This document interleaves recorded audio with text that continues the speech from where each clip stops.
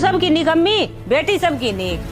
ससुराल में बहू दुखी है तो बहू के संस्कार खराब, और अगर बेटी दुखी है तो उसका परिवार खराब। बेटी अगर अपनी ससुराल की बात माँ को न बताए तो किसे बताएगी, और बहू अगर अपनी ससुराल की बात माँ को बता दे तो कि ये बेटी का घर पढ़वा रहे हैं। अगर बेटी को मायके की याद आए तो वो अपने घर जाएगी कि ये उसका मायका है, ये कभी भी आ सकती है। और अगर बहू अपने मायके जाने की कहे तो कि तुम शादीशुदा हो गई हो, अब अपने ससुराल पर ध्यान दो। अगर दामाद बेटी की परवाह करने वाला मिल जाए तो बिल्कुल भगवान मिल गया, और अगर बहू की परवाह बेटा करे तो वो बहू बेटे को उंगलियों पे नचा रही है। अगर बेटी गलती कर दे तो वो बच्ची है, और अगर बहू गलती कर दे तो उसकी गलती का पूरे संसार को पता चलना चाहिए कि इसके माँ बाप ने कैसे संस्कार दिए इसको। अगर बेटी प्रेग्नेंट है तो वो जितना ज्यादा आराम करेगी उतना अच्छा, और अगर बहू प्रेग्नेंट है तो वो जितना ज्यादा काम करेगी उतना ही अच्छा है उसकी सेहत के लिए।